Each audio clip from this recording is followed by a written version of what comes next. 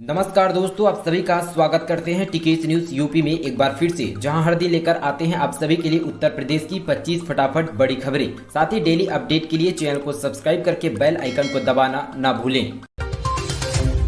देश में कोरोना के 13,154 नए केस, ओमिक्रॉन मामलों की तादाद पहुंची 961। केंद्रीय स्वास्थ्य मंत्रालय की तरफ से जारी आंकड़ों के अनुसार भारत में पिछले 24 घंटों के दौरान 13,154 नए मामले सामने आ चुके हैं। साथ ही देश में अत्यधिक संक्रमणी कोरोना वायरस वेरिएंट ओमिक्रॉन के कुल मामला बढ़कर 961 तक पहुंच चुका है। साथ ही देश में 268 लोगों की मौत इस वायरस के कारण हो चुकी है, जिनमें से अकेले केरल में 211 लोगों की जानें जा चुकी है। यूपी के नए चीफ सेक्रेटरी दुर्गा शंकर मिश्रा ने संभाला काम, साथ ही ज्वाइन करने से पहले इसी की मीटिंग में हुए शामिल। दरअसल यूपी के नए चीफ सेक्रेटरी दुर्गा शंकर मिश्रा ने गुरुवार को अपना कार्यभार संभाला और साथ ही ग्रहण किया। इसी से पहले साथ ही एयरपोर्ट से सीधे चुनाव आयोग की मीटिंग में शामिल हुए। साथ ही लोक भवन स्थित कार्यालय में कार्यभार ग्रहण करने के बाद पत्रकारों से बातचीत में साथ ही चीफ सेक्रेटरी ने कहा कि वे अभियान चलाकर केंद्र और साथ ही प्रदेश सरकार की योजनाओं को प्राथमिकता के आधार पर पूरा करेंगे। उन्होंने कहा कि प्रधानमंत्री और साथ ही मुख्यमंत्री योगी आदित्यनाथ द्वारा शुरू की गई विकास और साथ ही जन कल्याण योजनाओं को पूरा करने पर उनका पूरा फोकस होगा। नए साल पर इन लोगों की दोगुनी पेंशन देगी योगी सरकार। यूपी के 1,81,000 लोगों को मिलेगा फायदा। नए साल पर प्रदेश सरकार दिव्यांगों, बुजुर्गों और निराश्रित महिलाओं को तोहफा देने जा रही है। दरअसल तीनों श्रेणी के पेंशनधारियों को दोगुनी मिलेगी। इसकी राशि तिमाही मिलेगी। साथ ही चालू वित्तीय वर्ष 2021-22 की अंतिम तिमाही जनवरी से मार्च में दोगुनी पेंशन का लाभ जनवरी से मिलना शुरू किया जाएगा। जो कि पेंशन पहले 500 रुपये थी, अब उसे दोगुनी कर दी जाएगी, जो कि 1 जनवरी 2022 से लागू की जाएगी। यूपी हरियाणा की सीमाओं पर बढ़ी चौकन्नी, साथ ही शराब तस्करों पर पैनी नजर। दरअसल दोस्तों, यूपी विधानसभा चुनाव की तैयारी फाइनल किया जा रहा है। ऐसे में चुनाव के समय से उत्तर प्रदेश की सहारनपुर जेल में अवैध शराब की तस्करी पर सख्ती नजर रखी जाएगी। खासकर जहरीली शराब का दंश झेल रहे साथ यहाँ पे सहारनपुर में शराब तस्करी पर पैनी नजर रखी जाएगी। सहारनपुर में हरियाणा, हिमाचल प्रदेश, उत्तराखंड की सीमाओं पर बैरियर लगाकर चौकन्नी और साथ ही कड़ी पहरेदारी की जाएगी। इसी के साथ एक एक वाहन की पूरी तरह से चेकिंग की जाएगी।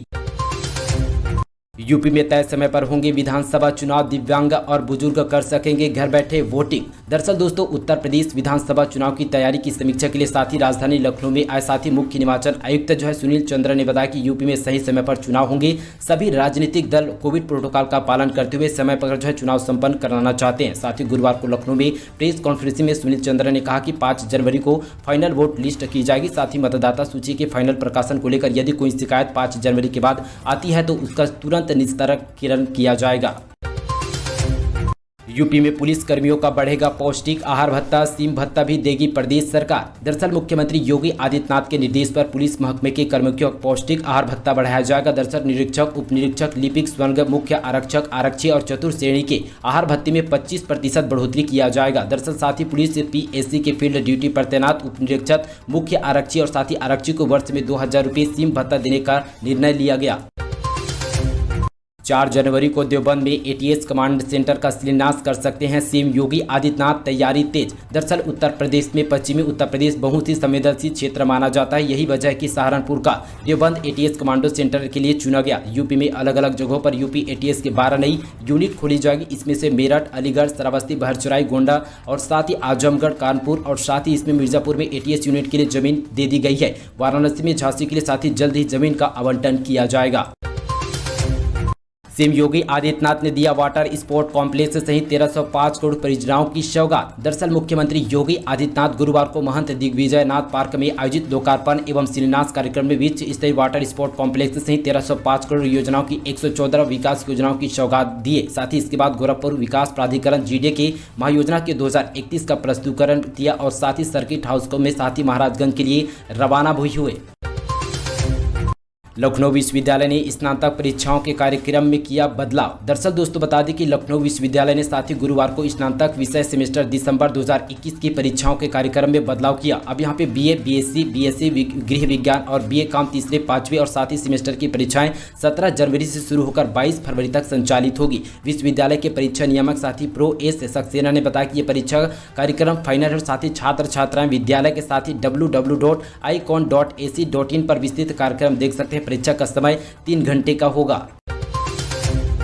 बढ़ सकती है पीयूष जैन की मुश्किलें, दाखिल रिटर्न में नहीं है सोने चांदी व संपत्तियों का जिक्र। जीएसटी इंटेलिजेंस महानिदेशालय अहमदाबाद के छापेमारी के बाद जेल भेजे गए साथी इत्र कारोबारी पीयूष जैन का अब कड़ी कार्रवाई की इससे बचना मुश्किल हो गया। दरअसल अधिकारियों के सामने इत्र कारोबारी साथी पीयूष जैन ने 194 करोड़ रुपए की नकदी, 23 किलो सोना और चांदी और अचल संपत्तियों को भले कारोबार से जुड़ा और साथ ही प्रयुक्त संपत्ति बताया साथी हो, लेकिन आयकर की पूछताछ में उसका फंसना तय हो चुका है। साथ ही आयकर विभाग ने दाखिल किए गए अपने रिटर्न में उसने कभी हाथ में नकदी, सोने चांदी, अचल संपत्ति का जिक्र नहीं किया गया।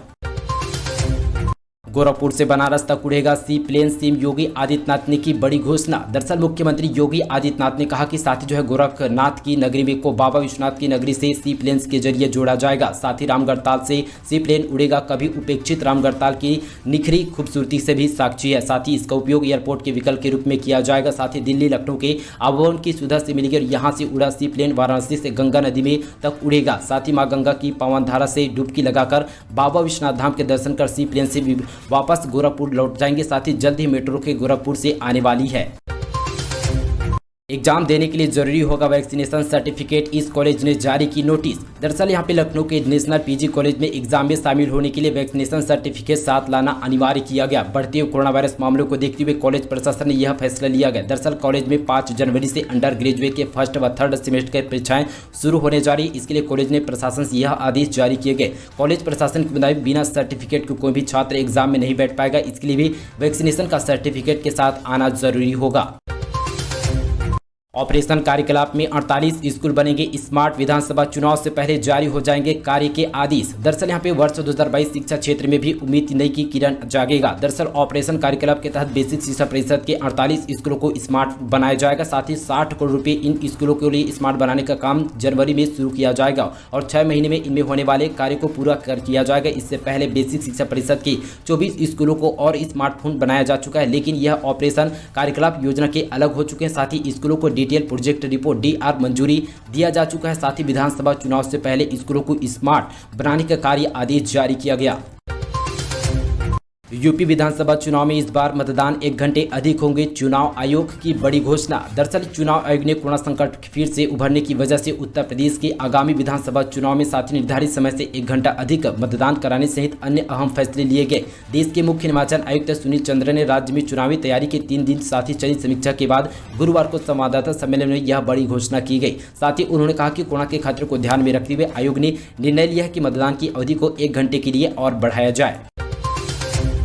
बीएचयू में स्टाफ नर्स की भर्तियां जल्द करें आवेदन। दरअसल बनारस हिंदू विश्वविद्यालय ने स्टाफ नर्स के पदों पर भर्ती निकाली है। इन पदों के लिए आवेदन की प्रक्रिया जारी की गई। अभ्यर्थी अधिकाधिक मेल आईडी साथ ही यहाँ पे sccnbcnupw@gmail.com के जरिए इन पदों के लिए 12 जनवरी 2022 से शाम 5 बजे तक आवेदन कर सकते हैं। जारी नोटिफिकेशन के अनुसार भर्ती बाल रोग विभाग के तहत निकाली गई है। साथ ही दोस्तों इस ईमेल आईडी को नीचे डिस्क्रिप्शन पर मिल जाएगा, वहां से आप आवेदन कर सकते हैं।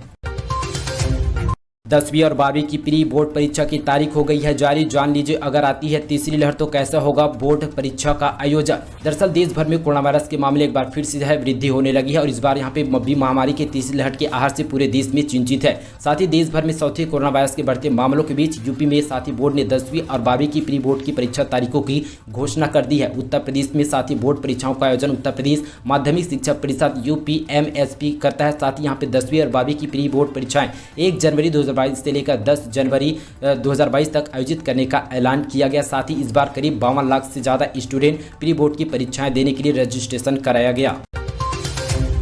एक और संत का गांधी पर विवादित बयान, जूना अखाड़े के साथी महामंडलेश्वर गांधी को गंदी बताया। साथ ही इन्होंने ही वसीम जी रिजवी का धर्मांतरण कराया था। दरअसल दोस्तों आपको बता दें कि कालीचरण महाराज के बाद अब यहाँ पे जूना अखाड़े के महामंडलेश्वर यति नरसिंहानंद ने राष्ट्रपिता महात्मा गांधी पर विवादित बयान दिया। यति नरसिंहानंद ने गांधी को गंदी बताया। साथ ही उन्होंने हरिद्वार से एक वीडियो जारी करते हुए कहा कि हमने तय किया था कि गांधी के बारे में नहीं बोलेंगे, लेकिन आज मजबूरी है। दरअसल यहाँ पे गांधी के नाम की गंदी के कारण कालीचरण महाराज को जिन्होंने गिरफ्तार फिलहाल यहाँ पे छत्तीसगढ़ के रायपुर पुलिस ने गिरफ्तार कर लिया है, उनका मां काली और साथ ही महादेव समूल नाश करेंगे। ऐसे में यहाँ पे नरसिंहानंद ने गिरी से कहा कि कांग्रेस की सरकार ने बहुत बेशर्मी का काम किया है।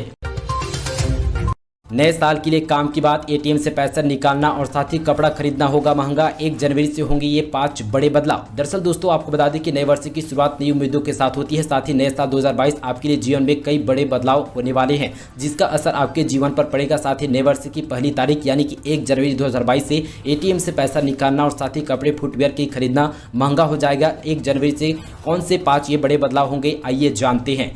कैश निकासी पर लगेंगे चार्ज। दरअसल दोस्तों बता दें कि बैंक से यहाँ पे रुपये निकासी को लेकर आरबीआई ने फ्री ट्रांजैक्शन के बाद कैश निकासी के लगने वाले चार्जों को अब नए साल को बढ़ाने के लिए मंजूरी दे दी है। साथ ही बैंक अब ग्राहकों से 20 रुपये के प्रति ट्रांजैक्शन वसूलते हैं। इसमें टैक्स शामिल नहीं है। जानकारी के अनुसार आरबीआई के मुताबिक फ्री ट्रांजैक्शन के बाद अब यहाँ पे ग्राहकों को प्रति ट्रांजैक्शन 20 की जगह 21 रुपये लगेंगे।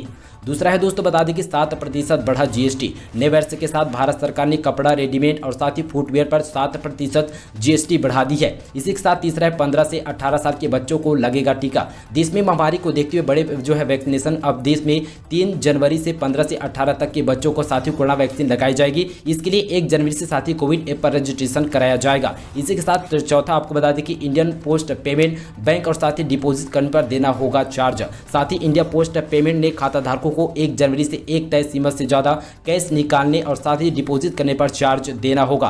साथ ही दोस्तों बेसिक सेविंग अकाउंट में हर महीने 4 बार कैश निकासी फ्री होगी। साथ ही इसके बाद हर निकासी पर 0.50% चार्ज लगेगा। इसी के साथ दोस्तों पांचवा आपको बता दें कि 10,000 तक नहीं लगेगा शुल्क।